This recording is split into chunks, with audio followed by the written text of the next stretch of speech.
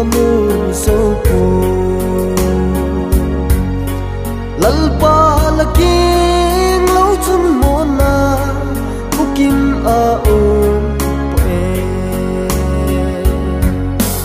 wan ko pino machun lim to ta lau di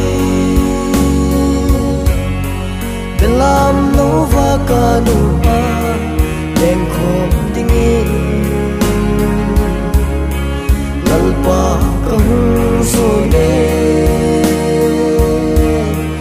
ei la sangin o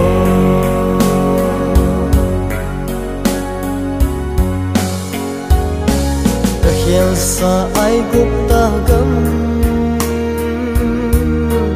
ka ngai nge chi ki kanu ngen se male kalal chi sa nin chi kit din ei phal tapu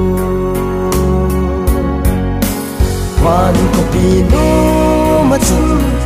lim to ta lo di belam no va kanu a leng khom dingin lalpa kahung so ne ei la sangin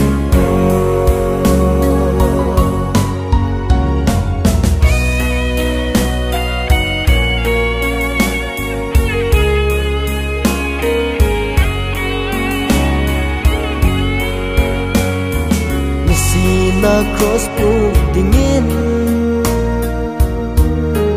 kahung ki te lalpa e pan pi in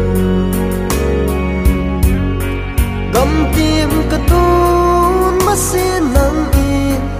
ei tu det sing no